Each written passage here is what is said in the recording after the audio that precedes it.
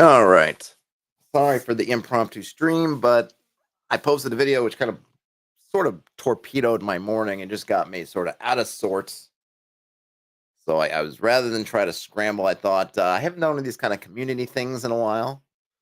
So I thought I can just pull that together, and I haven't. And I mean to do. We did one of these kind of itch things where we went and picked a couple things out of itch, and then I think we voted on one and worked on it. I haven't done that either. Did it once. I thought this might be a cool ongoing feature, and then haven't done that again either. So maybe we could do a couple things. And of course, these kind of streams, I'm really even more than other ones. I'm here for you. So bring out your dead, bring out your questions, bring out whatever you want.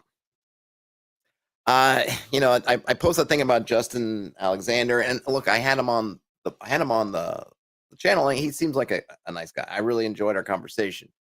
I just don't understand what he did, and I'm kind of frustrated by it. And it seems like it was something that didn't need to happen. I don't know why. I don't know. I'm sure he's talked to people, and I haven't been following all the Twitter stuff. So if he's posted more explanations and whatnot, I don't know. It just seems like it didn't need to happen, and just seems kind of sus, as my daughter might say, as the new kids would say, sus. Just weird, odd.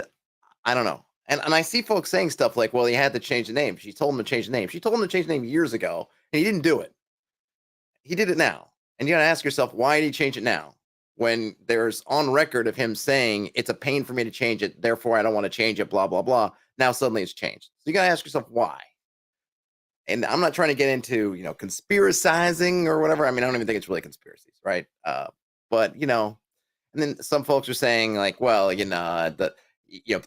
some things don't have names. It's like, well, things are named actually all the time.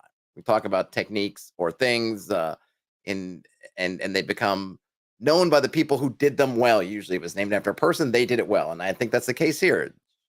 Janelle's designs were remarkable for those techniques. And so he gave her credit, as he should, for seeing these things that she did better than anybody else, certainly at the time.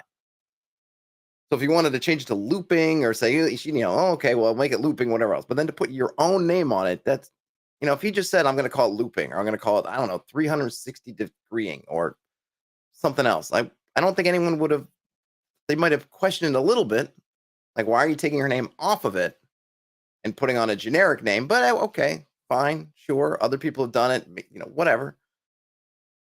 But to put your own name on it, I don't know, man. And I'm seeing folks, and I'm actually surprised that I guess I shouldn't, knock on wood, that so far the response has been mostly, I think, rational and every, because it's not even really about, I mean, you could take all the people's and their personalities and their situations out of it. And, person A, person B. Person A does something, person B discovers it later, decides to name it after person B. People be going, what's going on? And like I said, if I had done it, if I had named something after myself, something that I'm reading these books and look at this stuff that Moldvay and Cook did back in BX, I think I'll call it the hex press method. Anyway, Terrence is Terrencing this chat. Yeah, and I'll roll for Tarako says, will we be hearing about the hex press rule of RPGs? Yes. I don't know what that rule would be, but it's here. Flippy the Griffin says, giving a technique a name is a great way to communicate the technique, but determining a good name that rolls with the tongue can be hard. Yeah, totally. I mean, I'm not averse. To me, it's not the naming part, right? The thing is that he reversed course in a very weird, unusual direction. I mean, things get named all the time. We name things, right? We want to give it a name. We want to, as Fluffy the Griffin says, it makes it easy to remember and communicate. It's not that he gave it a name. Like no one objected when he gave it a name in the first place, and it was totally proper because that's what you do when you're doing research and you're studying and you're critique. Oh, this person is great things. Name it after them. This was something that they excelled at. It just comes down to like, why are you changing it? And like Xandering, all right, gotta get out of my system. Blah, blah, blah, blah. Toddsian naturalism, yes, right. As Dave says, the thing is that right. It's not that he named the techniques. He named a technique after himself, and he didn't do it. And that's kind of the thing that I find. It's not even like he did. and I know he's been involved in the industry. He's worked. I mean, I looked at his bio because one of the things that happened was I actually went and actually I went to his site and I looked at his bio. Like, okay, well, let's see. Because one of my things I was thinking about saying I didn't was like, if you're going to name it after yourself, all you've done at this point is critique somebody else's work. Her work's come out, who's done these things. You're critiquing it, and then you're taking it, but you haven't even actually done it. So I wanted to go see is, well, has he done it? Is there the Justin Alexander authored adventure that's done this thing, that's taken these things he's talking about over here, that whatever, and done it in a way that you could say transfer of ownership, right? She did it, and she was a great pioneer, but I'm doing it now, and I'm doing it better. So it's kind of like it's Mark II. But I don't think that exists. I mean, he's worked in the industry and he's worked on some cool stuff, but as far as I know, he wasn't the creator on those. So he hasn't even really, he's just been critiquing it. And as Brian Smith said in a comment on the video, you don't generally name an art technique after the art critic. You name it after the artist.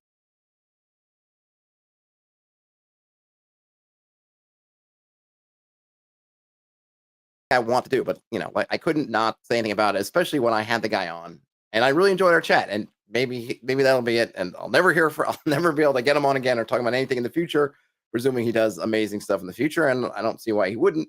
But this is just a really terrible misstep, and I don't know. It's really, to me, the odd thing is how people.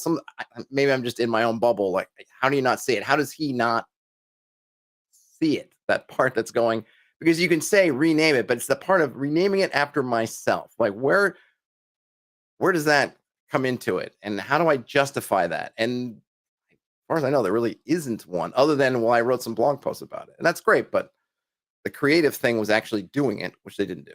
All right. Dave says, in the science scene, you never name a discovery after yourself. Someone else chooses to name something after you. That is cool, but never name it after yourself. Yeah, but even that is like I guess like a real, I don't know. And I guess he could say like I discovered it, but clearly this is the work of a person, right? And she clearly knew these things, and it's not even so much that like I made this great discovery that was invisible. It's like it's not invisible; it was in her work.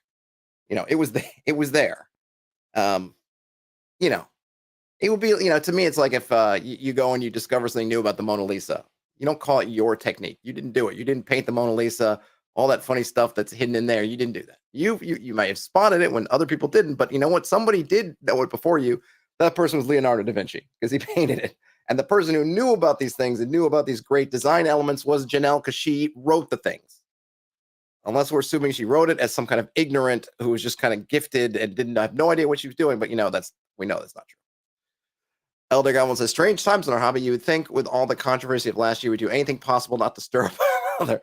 I don't know if, the funny thing is he probably didn't think it would be a big deal, right? And I think, and I know his one post about changing it came in November. So it's kind of been a slow burn, but, people are, look what happens, right? Somebody dies and you start looking at her work again and you start looking up references and you go down these rabbit holes. And I'm sure it's people, because I've read his blog in the past, but it's not bookmarked. I'm not there every day, so I could have seen saying like, oh, let me look at, oh yeah, let me go down these rabbit holes, and then whoop, then you enter this page, and you're like, wait a minute, Xandering, like what happened here, right? And I'm sure that's probably what happened, but yeah, and especially this idea of the kind of sort of attribution, right, or sort of taking something to yours. It was, like the OGL is a very different way of kind of that same sort of thing. And these different OGLs saying like, oh, this is kind of ours, or we're doing something with your work.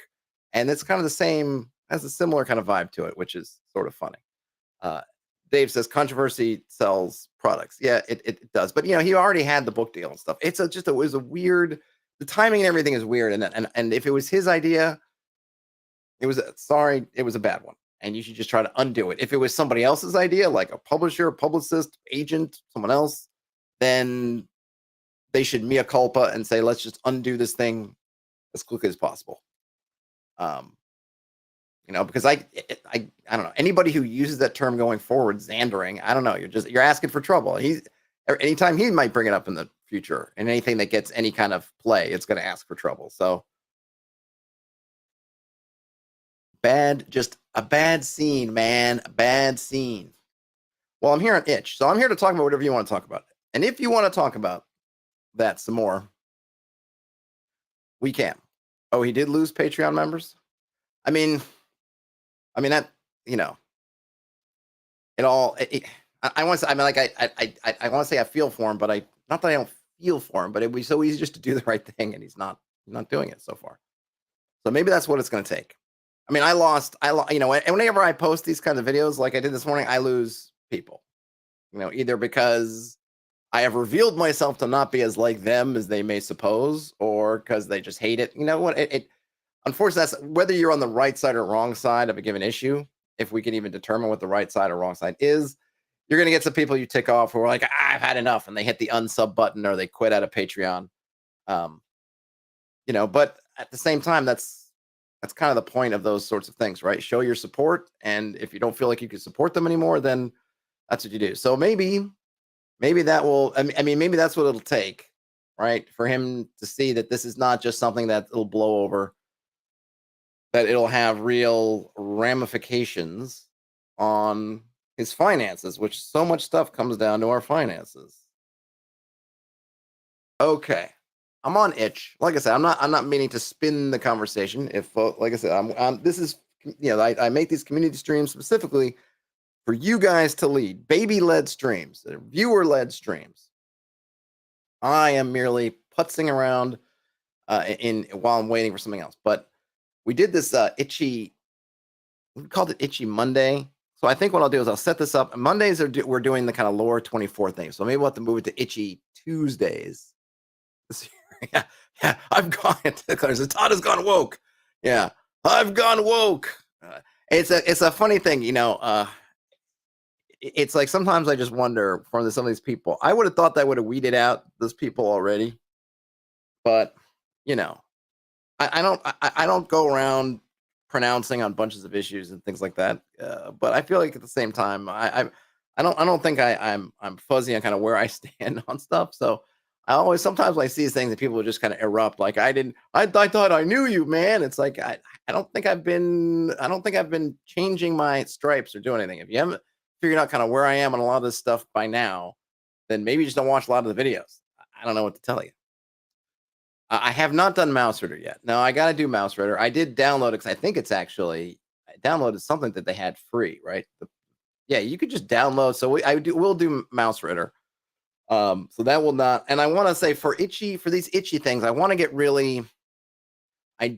get big things. So last time we did Luka Regic, he won, and it was fun. I enjoyed doing it. But I think I was thinking about it, and I don't want to just spotlight stuff that kind of has enough spotlight already. Like I'm not going to do Cairn. I don't want to do Troika. I'm not going to do Mouse Ritter. That stuff gets a lot of play, and I will do those. I mean, I've done Cairn. I don't think I've done Troika, but I would, and I will do Mouse Ritter. But what I want to do with the kind of this sort of thing is picking out some things that maybe are a little bit below the radar, smaller folks who could really use a rub, even if it's by a mere mortal like myself. Something like that could do that as opposed to somebody who it's already, it's kind of like if in a way, if I can help sort of look at something and maybe give it a little kickstart. I want to kickstart the stuff that kind of needs kickstarting. Like, yeah, Troika, Cairn, they don't need any kickstarter. Yeah, Mouse Ritter. I did see that. I am on their email list. Elder Goblin says it's back in stock at Exalted Funeral. Yeah, I saw that. I need to try to get one of the Exalted Funeral guys on the channel. I had a nice chat with them over at while we were at PAX Unplugged, but didn't get them on the stream. Hey, Kabuki Kid. Frederick says, in a hobby with so many cancel souls, why make yourself a target? Yeah. Well, yeah, that's definitely. I mean, look, there are pragmatic reasons why someone could have gotten him ahead of time and said, like, don't just leave it alone, kind of thing. And this is where you get people, and I don't want to. I mean, this is where you get the kind of conspiracy theorists who come in, right? And I don't want to go down that path because I don't want to besmirch anybody. But you look at the timing, and then you look about like who is this person, and then people start looking. Well, why did you do this now, and why did you do this on this kind of thing? When there were other things that you could have called, like somebody, in the video I pointed out the 3 clue rule, and someone said, well, maybe someone else came up with that. I don't remember who they said it was. Maybe somebody did. He's got plenty of great stuff on his blog. Any of those techniques that people point to and I think are valuable, he could have turned into Xandering. So someone wonders why he chose this one. I'm not going to comment on that. It doesn't, it just tends to add noise to the issue. I think it's just pretty clear cut, which is just don't don't try to steal something through naming it to yourself. I mean, I don't know. I feel like that's just it. And everything else is just kind of, you can talk about it and maybe there's something there, maybe there's something not. But it's just like, you didn't make it. So why are you naming it after yourself? I mean, that's just the question. If you didn't make it, why are you naming it after yourself? I don't know.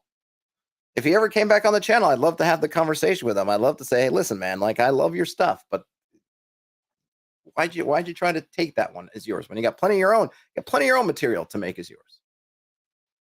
Gene said maybe just call it original style dungeon design. I guess. I mean, there are other dungeons that didn't do that before and after, right? So I mean, I like Thracian. I don't know. Like if you want to take her, the thing with the naming, and again, I haven't done all the research, okay, but one of the problems was, and he created his own problem, is he misspelled her name. He was calling it Jacaying. Her name is Jacays, and she hated it apparently, and she commented on his blog, asked him to change the name several years ago. Asked him, please change the name. It's Jacays, not Jacay. Change it to Jacazing, and he went on this whole thing about how he couldn't do it. It was just too much. Blah blah blah. Blah, blah. But he did it now, right? So you can ask yourself the question: if you couldn't do it then, and you can find his argument as to why it was something that could not be accomplished when she wanted him to change it from Jacay to Jacazing, because Jacays is her name. Couldn't do it. Okay. But he did it now. We can ask ourselves why. Has technology improved so much? Has it gotten, what was the problem? Why you couldn't do it then for reasons he listed. Now you can do it. Pourquoi? Right? Pourquoi maintenant? We don't know. Things that will never be known. So I guess if he could go back in a time machine, he would tell himself to just name it Xandering from the get-go. Because if he'd called it from the get-go Xandering and then brought in a whole bunch of references, of which she was one, people probably wouldn't have argued with it. But it's the fact that he's like flip-flopping. Like people might have been like, that's precious that you're calling it yourself. Like, I'm sure there would have been people, probably myself included, who would have been like, you got all these third-party people, but you're giving yourself credit. Okay. But it probably would have gotten over it. But that's not how it went. Maybe we'll see. We'll have to go when we can break into the multiverse. This is some of those things we could see where the different strands of reality would go with different choices he would have made at that point if he had a few different names on the docket. But Gene says lots of them did dungeons, most of them unpublished. It's not. It's Gene. It's not the dungeons themselves. It's the things she did in the dungeons, which were kind of unique at the time, and even unique amongst dungeons that came after. And that's why the naming after her felt appropriate back then and still now, is because she excelled at it in a way that even a lot of dungeons now don't really do well. It wasn't that it was just a dungeon or a mega dungeon type. So, I mean, you can go read the Xandering article. I don't know. You could go read the articles on the Alexandrian where he breaks it down, or other ones where they talk about it. And you can go look at there's certain things that she did in her dungeons, which, like I said, were kind of unique to her. At least she did more and did better than other folks. You were there. Oh, great. I mean, I was there too, though I was a kid, so I wasn't really paying much attention. But it wasn't what's dungeon. But I think, Gene, all I'm saying is it's just boiling it down to dungeons is giving it short shrift. What she did, it wasn't just dungeons. Okay, so we're looking at physical games tagged OSR, of which there was a bunch. Roll for Taraco says, so did she want just the correct spelling? I think it's probably going to depend on who you talk to. Roll for Taraco. I feel like yes, that was kind of what she wanted. She wanted her name spelled correctly, and she didn't like, which I don't blame her for. I have a long last name. If I did something super famous and my last name was being used everywhere and it was spelled wrong, even if it's just a letter, it would drive me nuts. So, it would drive me nuts. So I could totally understand where she'd be like, hey, man, change the thing to match my name or take my name off.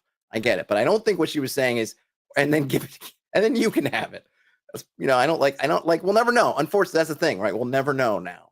Unless somebody could roll up and say, I had conversations with her, and this was their true thoughts, whatever. We'll never know. But to me, that's the gist of it. I'm happy to be proven wrong or educated, because it's not like I'm an expert on the matter. But this is, and her wanting the name corrected is not new. This is going back multiple years. And I think when I did my video on Cameras of Thracia, which is now a couple of years old, I think In that video, I mention it, that it should be Jacazing and not Jacay, and that she mentioned it. Like, it's not, this is not like a new revelation from beyond the grave. This was all the kind of known stuff.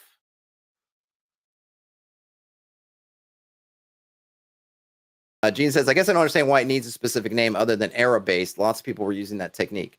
I mean, I guess, Gene, you got to be specific about what technique, because I don't think lots of people were using them. I mean, again, I don't have, maybe we should get, what's his name from Playing on the World in here to talk about dungeon design, but I don't think people were using it like she was doing, because if you look at the stuff that was in like Castle Greyhawk or Blackmore, it wasn't really like hers in some significant ways.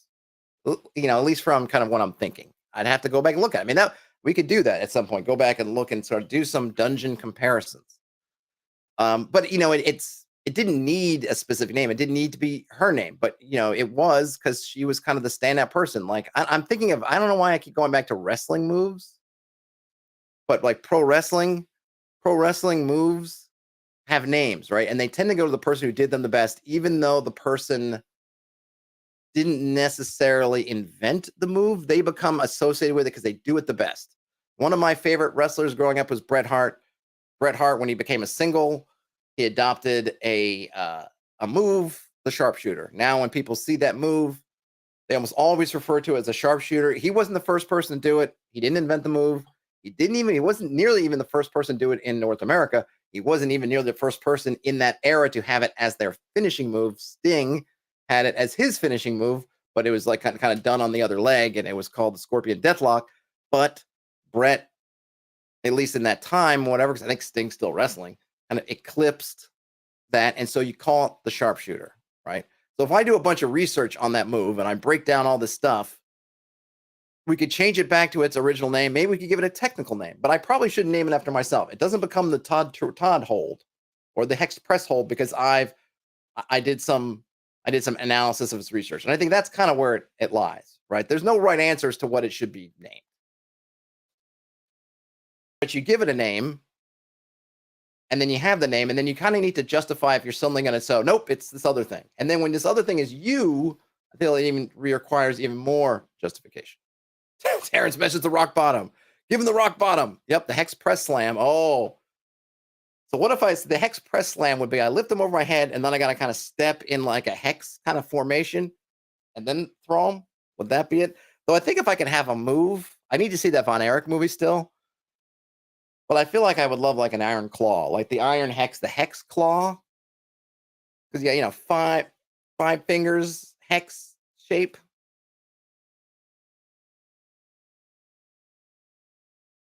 But you know, and the thing is, he chose the name. It stuck because it felt appropriate to everybody. And I think sometimes people are like, well, that gives them a right to change it. And it's like, I guess, but if once it goes into public usage, you don't own some kind of, you know, authorial term over the term. I mean, this is why companies are so protective of their brands and don't want Kleenex.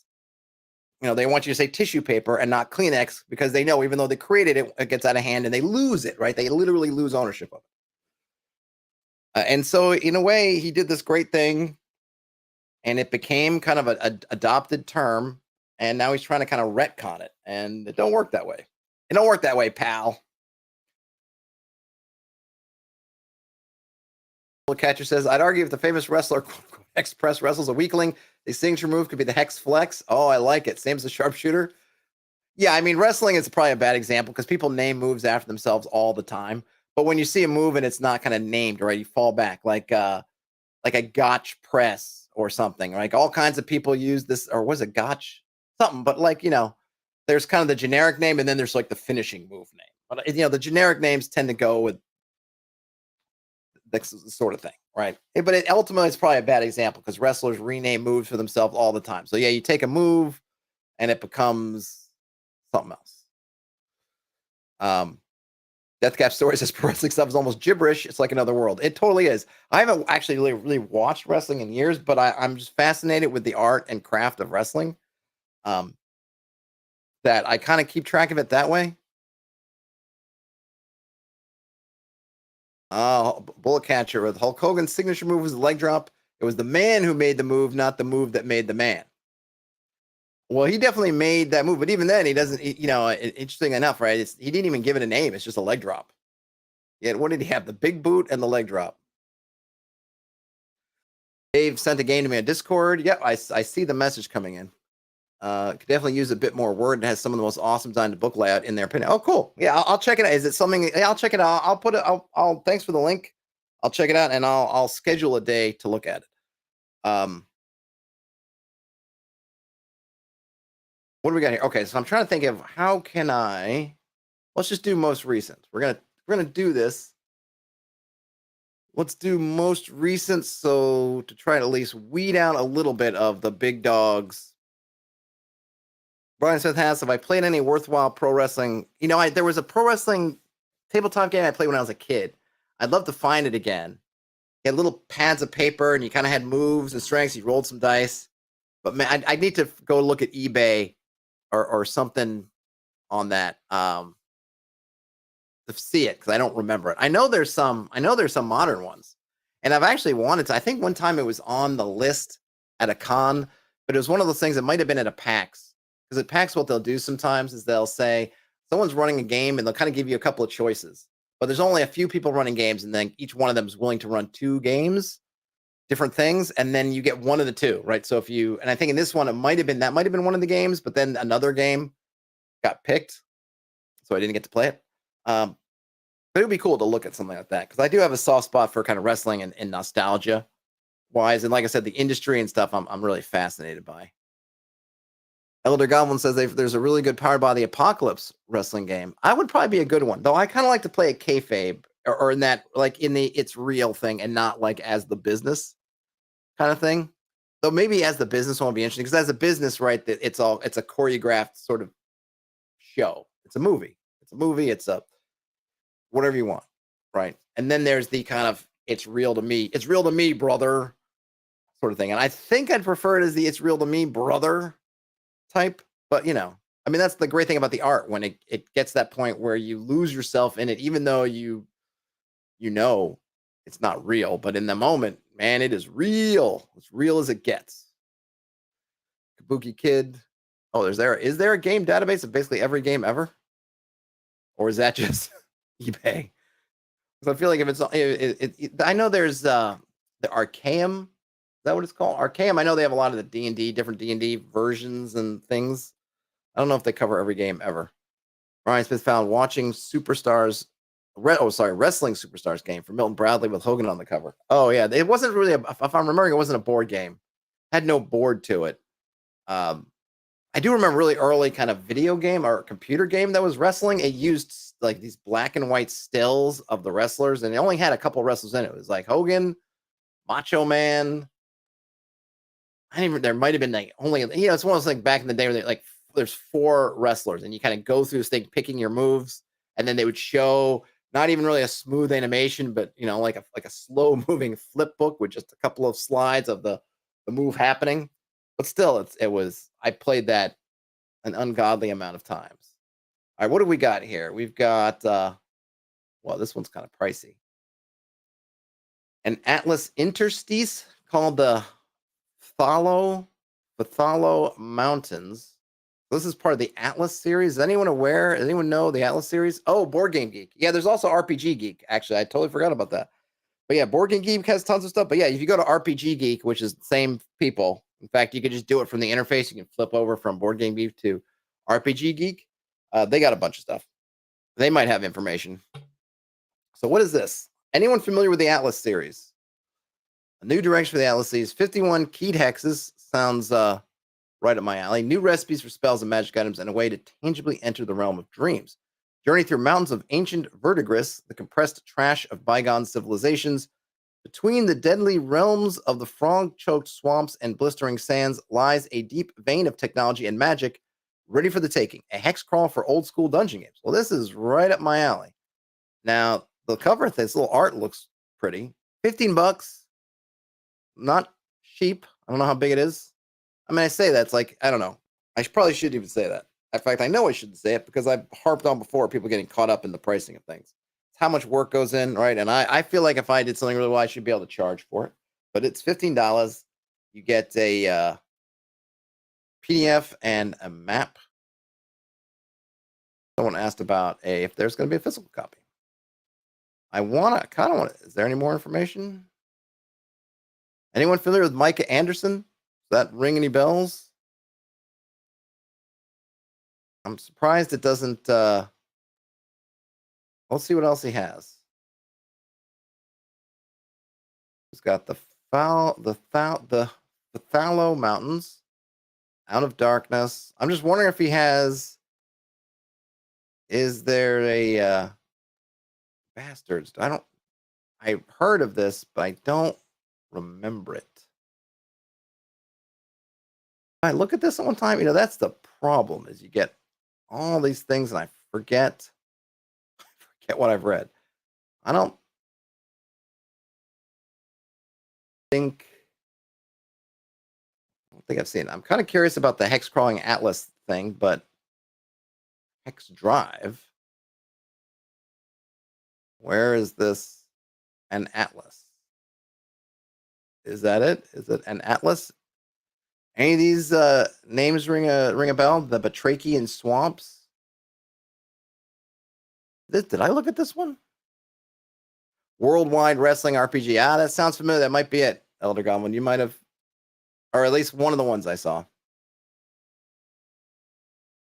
So yeah, Worldwide Wrestling. Maybe I'll do it on the channel. I'd love to do different. I love my OSR hex crawling things, but I'm fine with other stuff. I feel like I might have. Did we look at the preview for this? All right, so maybe I'll put this one on. So the Batrachian Swamps. Maybe we should start here. Twisting channels of murky water, soggy fractals of rotten plant matter, and black soil. The whine of mosquitoes and swoops of bats, a heavy gray sky like a humid woolen blanket. And over it all, the dumb, accusing stare of amphibians. So we'll put this as a choice. Batrachian Swamps. Maybe. And it's compatible with a whole bunch of stuff. And it includes a keyed hex map, random encounters, loot, NPCs, and a pre-made dungeon. And this is Mike Anderson and Nate Tremay. I think that's how you pronounce his name. Apologies if I haven't. He does have some, looks like, I don't know if those are live plays or interviews, something. Yep, it's a GIF, and the frog does blink. Okay. We'll put this on the list. Where can I put this? I need an empty spot.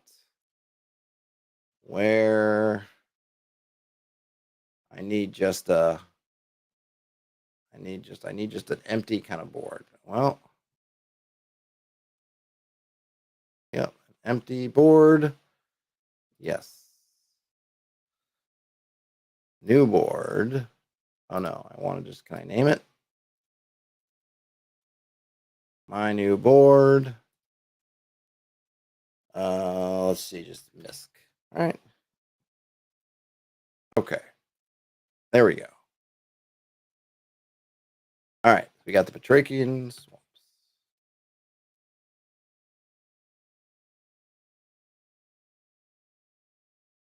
That's one choice. Let's go back. I mean, this Thallow Mountains looks good, but I'll put that. I don't want to pick more than one because this one sounds cool too. The other one's on sale. I'm looking for a sale, so I'll try that one, and we can come back to Thallow Mountains. Oh, you know what I was doing? I forgot. I made a list. I made an Itchy Monday. I made a list. I can add it to that, or I made a collection. There we go. Okay. I knew I had done something right. Let's see. Le Protecteur de Garon. Garon's Gardien. Rangers of the Midden Vale. People know Rangers of the. This is Mouse Ritter. I'm skipping Mouse Ritter. Crime Districts of Irongate. Here's this kind of a different one. Please chime in if you see something or something. Oh, this looks kind of cool. I mean, I'm not getting the. I won't be getting a physical version, I don't think, but I like the look of it. Let's take a look at a spread here. Wow, the Grand City of Irongate. So we've got this whole map here. We get zooming in. All right, so Crime Districts of Irongate is a dungeon crawl meant to be played using sake or sake, sorcerers, adventures, kings, and economics. TTRPG. Anyone familiar with that RPG? Because I am not, but maybe I need to put it on my list. It may be possible to use other systems that use d20 dice and skill system for resolutions. The adventure takes place in Sake homeworld, the Asteonic world. Sake is a modular point-by tabletop RPG that blends strategy game elements with fantasy TTRPG experience. Sake has domain management, trading, battles in company scale, ships and sea battles, a system of magic, and an afterlife inspired by real-world magical beliefs, rules for dungeon crawling and exploring the wilds, and a lot more. The dungeon crawl can be played using the basic rules edition of Sake, which can be freely downloaded from here. We'll add this. Let me add this to the Itchy Monday collection. Crime Districts of Irongate is a dungeon crawl in the form of a city district. During the dungeon crawl, PCs clear out the criminal gangs of the city and reclaim their ancestral Forge Villa, which has fallen into the hands of the Iron Runners gang, using it as their headquarters. The Crime Districts of Irongate is an open world style dungeon. There is no story to follow. PCs simply have their goals and the adventure follows. That means PCs can't fall off the road as there is no predetermined way to solve the dungeon. Player interactions with the dungeon will vary uniquely at each table. Players can opt for full-on violence or take a more diplomatic approach by trying to make friends with the district's inhabitants, or a totally different route, and using domain rules, build their own domain in the crime districts. Well, sounds really cool, and I'm just a little spindrift here for the working man.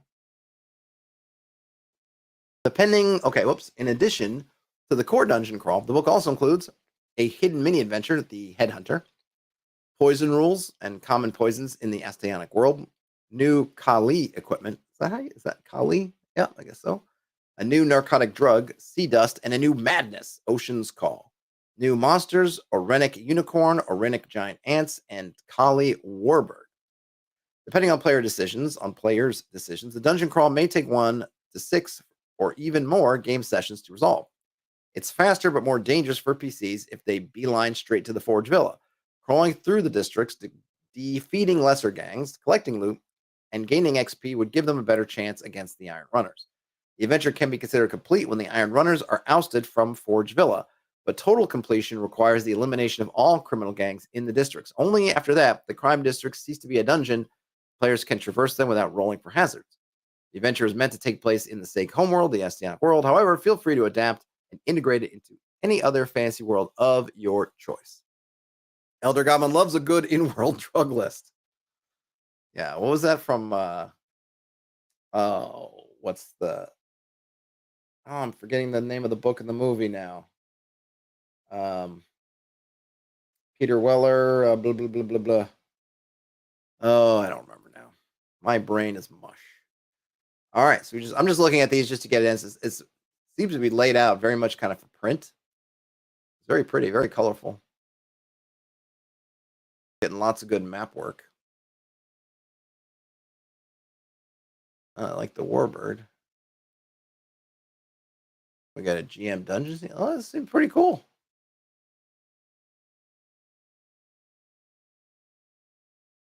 Very cool. Very cool. I like it. I can dig it. Comes as a PDF. Did I add it to the collection already? I think I did. Yes, it's an Itchy Monday. Okay, so we got Crime Districts of Irongate as another choice. What else? What else you guys got? Don't have to leave me wandering and looking at random itch things. If you got something, bring it. I'm here for you. Mother Scrap. I think that's seems like that's not in English. It is not. The Contested Factory. Naked Lunch. Yes, thanks, Terrence. Yeah, Naked Lunch. Where he talks about being addicted to a drug that doesn't exist. Yeah. I have not looked at the Monster Overhaul, Fluffy. I probably should. I didn't back it or anything, so I'd have to get a copy. But I have not found that and again, like everyone seems to love it. So no shade. It's just conceptually when I was thinking about it, I was like, do I need another monster book? And I was just thinking, I don't think I do. but maybe if I saw it, I would realize how much it was the answer to a lot of things that I needed, as often happens. Okay, El Rataro. Locks and lock picking. All right, here we go. This is Hex Crawl Horrors, or this is called Lone. Was it called Lone Horizons, or is it called Hex Crawl Horrors? I don't know. It does sound good, Fluffy. I agree with you, and I will probably look at it at some point. I'm sure some folks have got to have looked at it. There's got to be a questing beast on the Monster Overhaul, right? I mean, not that I want you to leave here to go, go to the questing beast doesn't need to steal my traffic, take my traffic, but since I don't have anything for it. But yeah, it does seem really good. It does. Okay, so this is called, I guess it's called Hexcrawl Horrors. I don't know if this is the name of the company, whatever. Hexcrawl Horrors is a collection of 10 D100 wilderness encounter tables for OSR RPGs organized by terrain type. Created using the monsters of basic fantasy role-playing game, it's ideal for use in any OSR-style tabletop role-playing game with minimal conversion of stats. If you don't own Basic Fantasy, just download the 2 Basic Fantasy field guides for free. When your players are hex crawling across an unknown land in a sandbox campaign and you want the option of rolling up almost any type of monster appropriate to the terrain, just look up the relevant table and roll. Animals and humanoids are most common in natural environments, with magical creatures and monstrous beasts making rare appearances, except in the more dangerous types of terrain. This zine includes the following encounter tables: plains, forests, hills, swamps, mountains, deserts, jungles, wastelands, caves, and tombs. Well, I do. I mean, I guess I'll believe you if you say I cover more stuff. I actually don't really end up watching a lot of the Questing Beast stuff, not because I don't think he's good, but just because I'm afraid that he's going to cover something that I will end up covering. I don't want to usurp somebody else's takes. So we got a couple examples here. This is a name your own price. So very simple, right? It's just a D100 table. So it's I guess what this looks like. There was a thing out there. I remember I bought it ages ago or downloaded it where it was basically all the beasts from like all the different, at the time anyway, monster books, and it didn't do anything in particular. Like there was nothing. It wasn't additive in any way, but maybe similar to the Monster Overhaul, but probably not. It just had everything laid out. So it had all their stats, just the kind of one line stat blocks for everything. And it had all these kind of, and I don't know if it had tables, but it was like an index of everything, including references to where you could find the original monster. So that was very handy. This seems like it's a bit similar. They went through, they grabbed all the monsters, which is no small task, and arranged them all in different tables for environments. Pretty cool if you needed something like that, or if you need something like that. I'll add it to the Itchy Monday. I mean, unfortunately for this one, it probably wouldn't be where I could spend an hour reading through it because it's just not going to be that. And it's a big table, and I don't know what to say about, oh, look, it's nomads. But it is cool. That was Hexcrawl Horrors. I'm not sure why they call it horrors. It seems like there's a lot of stuff going on. The Condemnation of Uravras. Uravras, the Mad Mage. Yeah, I don't want to Xander somebody else's takes. That is absolutely true. What is this one? Uravras, once a master wizard of the Grand Council, has violated the 4th law of magic by enthralling sentient beings to his will. You join a task force of fellow journeyman rank wizards and are dispatched to remove Uravras as a threat. Ascend his 10-story tower and contend with his defenses until you can reach the top and stop him. It's written for Mage Rats. It's written for the Mage Rats supplement. God, the color of the font on that background, man, no bueno. Written for the Mage Rats supplement to Maze Rats by Ben Milton. Descriptions for the 10 tower levels were inspired by the free maps available by Angela Maps. All right, it's another name your price. Yeah, Elder Goblin says, "Oh no, did Xandering just take on a new meaning?" Yeah, I think Xandering is gonna Xandering is going to have, yeah, I think so. And yeah, why not? Right? That's what we're doing. We're renaming things for our own ends. Why not? At least he didn't Munson himself in the middle of nowhere. Anyone remember something about Mary? I don't know why. Why? I'm sure there are many reasons why it doesn't feel like it's kind of forgotten a little bit. But that to me is the funniest of the Farrelly brothers movies, and the whole thing with Munson and his name becoming a word that keeps coming up in the book. I think that the look on his face. I mean, Woody Harrelson is great, and the look face when I think the first time the guy's like, I don't want to get Munson down here, and he's sort of dawning on him what he has become. Oh, so yeah, Kingpin, right? What did I say? Did I say something about Mary? Sorry, I meant Kingpin. Yes, Kingpin. Not. I like something about Mary, but yeah, Kingpin. And Kingpin to me is the best. So yes, Kingpin. Sorry, not something about Mary. Kingpin. Yeah, Kingpin. I love. I love Kingpin. Bill Murray. The rose. The comb overs flying in the. I don't even say in the wind, but just up at attention during the bowling tournament. Great stuff, but it sort of doesn't get that much play. Okay, what is this? I guess it's a translation. I hope that hope that hope that that's a translation that is authorized and that's not some Xandering going on there. Beetle Knight Quick Start Edition slash Hex basic rules. Oh, we could just watch the other day. Nice. It's been a long time since I've watched that. Way. Here we go. Hold on. The Hex Dungeon Manifesto.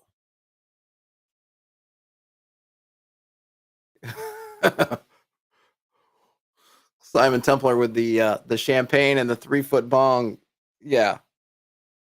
And his the landlady. Man. This is okay, so here we've got this called the Hex Dungeon Manifesto, not by me. A short document with a set of instructions for laying out dungeons in a new old school way to promote player facing exploration. Includes a GM and player template to get your Hex dungeons up and running. So I guess it's the idea of using Hex grid with your dungeons. Let's see here. We got that. What is this? Okay, well, this is funky. The Hex dungeon uses a hexagonal grid to abstract a large dungeon space with the goal of making it easy to prep and lay out maps for the game master and for the players to be able to easily map the dungeon as they explore. It takes inspiration from wilderness hex crawl procedures and point crawl models from other creators as well. An important point is that the GM and the players should both know that this is a hex dungeon and use it as a tool for communication about the spaces they are exploring. For the GM, it works best when the GM designs a dungeon by assigning larger scale rooms and regions of a dungeon to a hexagonal grid, and then adds walls between some of the hexes to define how they are connected and how the player characters can travel between them. Here's an example layout, but tons of permutations are possible. Bryce Smith wants to know: can we make Kingpin the RPG rolling D10s? Yeah, that would be a funny RPG. I don't know what it would be. Like you're a down and out bowler trying to regain. I suppose you're like, because there is kind of a hex crawling element as he's going around trying to get in all these games to raise money to get in the tournament. I could see it. All right, so this is interesting. All right, so you assign larger scale rooms and regions of a dungeon on the hex grid, and then we put walls to indicate kind of how you're getting out, in and out. I guess that would mean that let's say you're in E5. You have sort of I guess we call this northwest exit that goes into D6, and you have a south that goes in E3. But I guess what I'm curious about, and we'd have to see the whole thing unless there's another page here attached.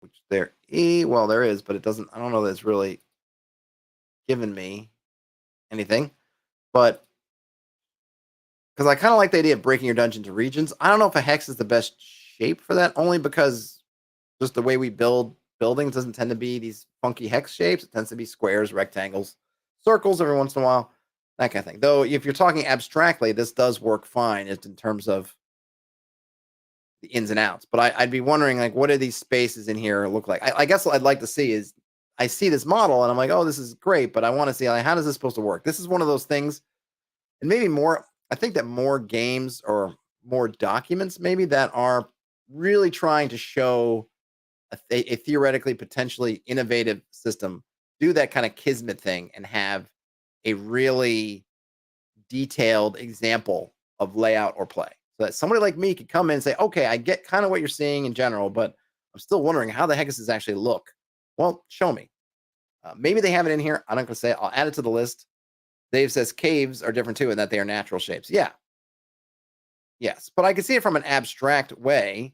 We can kind of look at those as kind of hexes, but I just would like to say, and like take something, and I would say, for an example, don't take something really funky. Take something that people are going to be using, like a dungeon. Take a Dyson Logos map and say, okay, we're going to take this kind of largest Dyson Logos map and we're going to hex dungeonify it. And that way we can kind of see the before map. We're going to see what it kind of looks like afterwards and then how that would work. But it's an interesting idea. Oh, it is. Okay, I already added it to Itchy Monday. Cool. Let's see what else we've got here. Please, Meatheads. I think isn't there some kind of Kickstarter on Meatheads I saw? Rule. Creative role-playing under exaggerated something. Dungeon encounters. Elding Chronicles. Field trip to zoo. The Whispering. I was going to say the Withering House. Whispering House. Cave A. Kobolds. Okay. / Hex. The Realm domain play. Well, here we go. This might be something different. Masmorin Arts, cool mini magic systems. Was that on the? I'll go back and look. Was that in the? Did that pop up? Is that something you know of, Brian Smith? So this is the Realm. The Realm is a zine containing a rule set and procedure for domain play in romantic fantasy games, compatible with OSR products or almost any other adventure game. Players take on the role of rulers and courtiers in a lethal, personal, dramatic vision of nations evocative of Arthurian legend, the biblical Book of Kings, or Norse sagas. The Realm is not a setting or adventure. It is a tool to facilitate adventure in your own setting, allowing player characters to experience the challenges of leadership through a procedure for rulership, either alongside or against other PCs, integrating easily into campaigns that include the standard dungeon crawl or monster hunt. Contents: an intuitive way to describe domains by development and presence of law, trade, and temple holdings, as well as other assets. Descriptions and procedures for actions a ruler can take to shape the realm and conspire with their courtiers, meant to transition seamlessly into personal scale adventure play. A mass combat battle procedure where characters can directly participate as champions, elevating the normal combat system of dungeon games rather than replacing them with a top-down wargame. A freeform system for generating events affecting a realm, with examples and ideas to spur a DM's imagination. And finally, advice on running a domain game and guidance on common pitfalls. Whew. All right, well, this could be useful to some folks.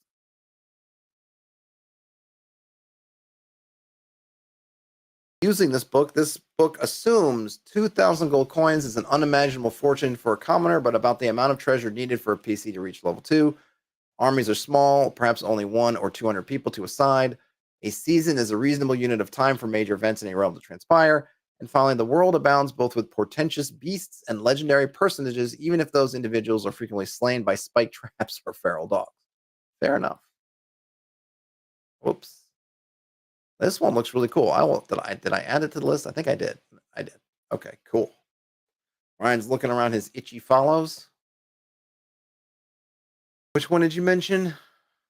Masmorin Arts. Is that by a big publisher? Because I'm trying to keep it to the smaller.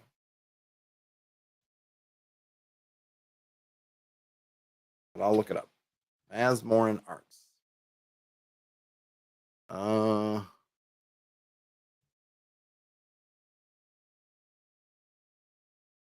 Masmorin Arts.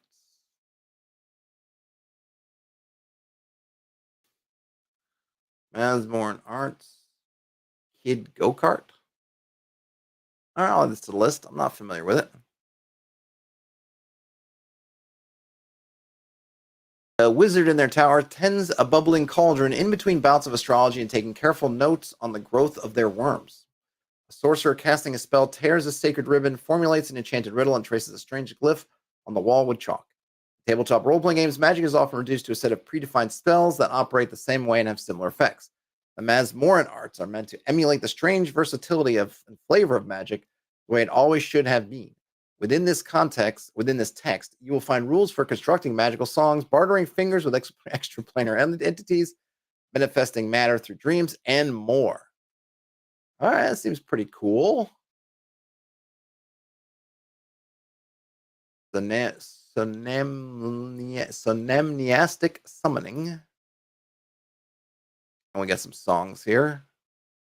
Bruin's Ballad of Orcsbane, minor key, 4, 3, 6.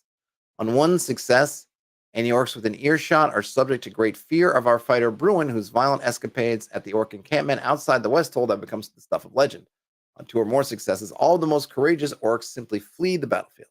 Oh, very cool. Terrence has been called a pretentious beast. Metric supplication. Oh, I like it. Though, it does, I'm wondering, did I add it? I didn't.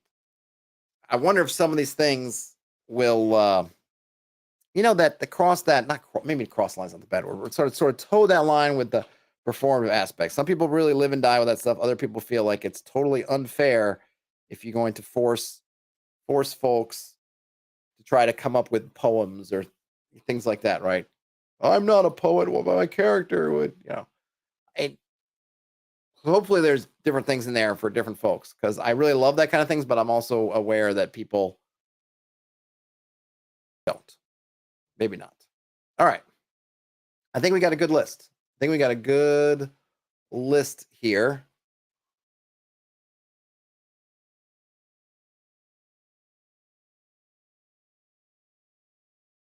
And so what I will do is I will put up a what is it up? I'll put up a poll. And we'll vote. We shall vote.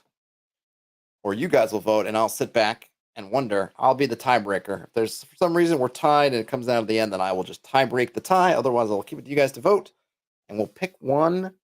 And then next week sometime we'll go through one of these fine things. I think that's a good list. Any other comments, whatnots? Before I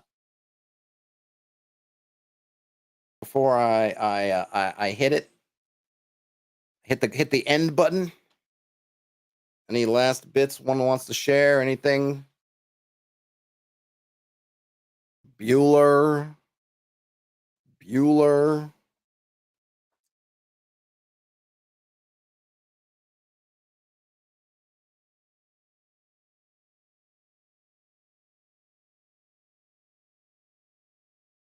I just got do bettered. All right, I guess I can read this. So this was posted as a response. I just check on my phone here. So this is posted to my Alexandrian video. Fellow old DM here. Can we stop this complete and utter nonsense of canceling authors and concern trolling? Turning this hobby into eggshell walking because we have to be so very careful not to offend the marginalized. Parenthetically, in spite of this hobby being among the most welcoming of marginalized folk, Justin is about to get crucified online in spite of a good faith attempt to recognize the creator's creative approach to dungeon design, parenthetically, which anyone reading OD&D is quick to recognize that Chicase is not the first person to chase the dungeon at all. See Tagle Manor, to name one. Eponyms themselves are problematic in and of themselves, and we really serve ourselves by recognizing people for their work, but also recognizing our hobby has suffered the most when battles between someone who has ownership of ideas becomes a nonsensical norm. Justin doesn't own the term. Chicase doesn't own the term. Arneson, who was first to make nonlinear dungeons in the fashion being exhibited, doesn't own the term. Our hobby flourishes when we acknowledge greatness of modules like Thracia or Dark Tower and encourage sharing of these, not shaming people. Do better, Hex Press. I will not do better. I mean, the funny thing is, I don't disagree with anything he's saying here, but you notice the thing he's not saying? The thing he's not saying is Justin changed the name to himself. Okay? So we want to say, no, and she doesn't own the term. No, she doesn't. He doesn't own the term. No, he doesn't. Whatever, doesn't own the term. But he named it to himself. So who are you defending here, monsieur? He named it himself. That's the whole crux of it. Nobody cares what the name is. I mean, I'm not coming at it like, oh, it's got to be whatever. But it was her name and it was hers. So wonderfully long comment, but totally avoiding the question of he's changed the name to himself. Okay. That's the point. Not that someone owns the name. So should we all come up with our own name for it so that we can all ownership, and he can call it Xandering, I'll call it Toddifying, Terrence could call it Terrencing, and then we can all just talk on our own bubbles and no one can understand us? I mean, the lengths. This is the thing. Like, I want to, what this, there's a, I've been watching True Detective, the new one, whatever they call it, True Detective Night, whatever it is, Night Falls, Night Kingdom, Night, whatever. And it's great. And and I've been enjoying it. I think it seems to be getting mixed reviews amongst the kind of True Detective hardcore folks. I don't know. I've been enjoying it. I think it's good, but there's this thing about it is, or something I like about it is the Jodie Foster's character kind of goes around telling the people, they're to like ask the questions. Like, you're looking at a situation, like, what's the question you should be asking yourself? And then sometimes someone will ask a question and she'll be like, that's not the right, like, wrong question. That's not the wrong question. Trying to find the right question, right? The question is not whose name should it be. It's the question is, why did he change it to his name? That's, to me anyway, that's the question. Someone come up to me and say, that's the wrong question. The question is it, like, that's it. Like, he changed the name to his name. So this guy wrote a long response to me about who nobody owns the name, but apparently Justin owns the name because he's trying to make it himself. So who are you? Like, what's the defense here? I don't know. All right, I'm sure there will be more. Another few subs flitted away, but what are you gonna do? What are you gonna do? That's just Wednesday here, man. That is just. Are we Wednesday? No, we're Tuesday. My God, I'm even trying to get ahead of myself. Right, today's Tuesday. It's just a Tuesday here at the channel, or maybe a Wednesday if you're watching this tomorrow. It's just a day, right? That's it. So I love all these folks coming in and these great points, but they're missing the point, which is it's about him making it about himself with weird timing attached. As Gene mentions, he is trying to sell a book. Yes, I think that's clear. And look, he came on the channel because he's trying to sell the book, and I was clear about that. And let's look, I said in the video, like, you should be working everything you can. Work, man, work it. Get out there, promo yourself. But there's just lines you don't cross over. I feel like you did. All right. Well, I'm going to get back to it. Everybody, enjoy the rest of your day, night, whenever you end up watching and listening to this. I'll make the poll sometime this afternoon. It might be tomorrow just because I got a bunch of stuff to do. And my daughter is singing in the winter. We're having a winter concert that was delayed from before Christmas. So we're getting it now. That's tonight too. So my afternoon's a little bit short. So have a great whenever. Get to the poll when it's available. Keep doing your due. I'll keep doing mine. Game on, everybody, and I'll talk to you later. Bye now.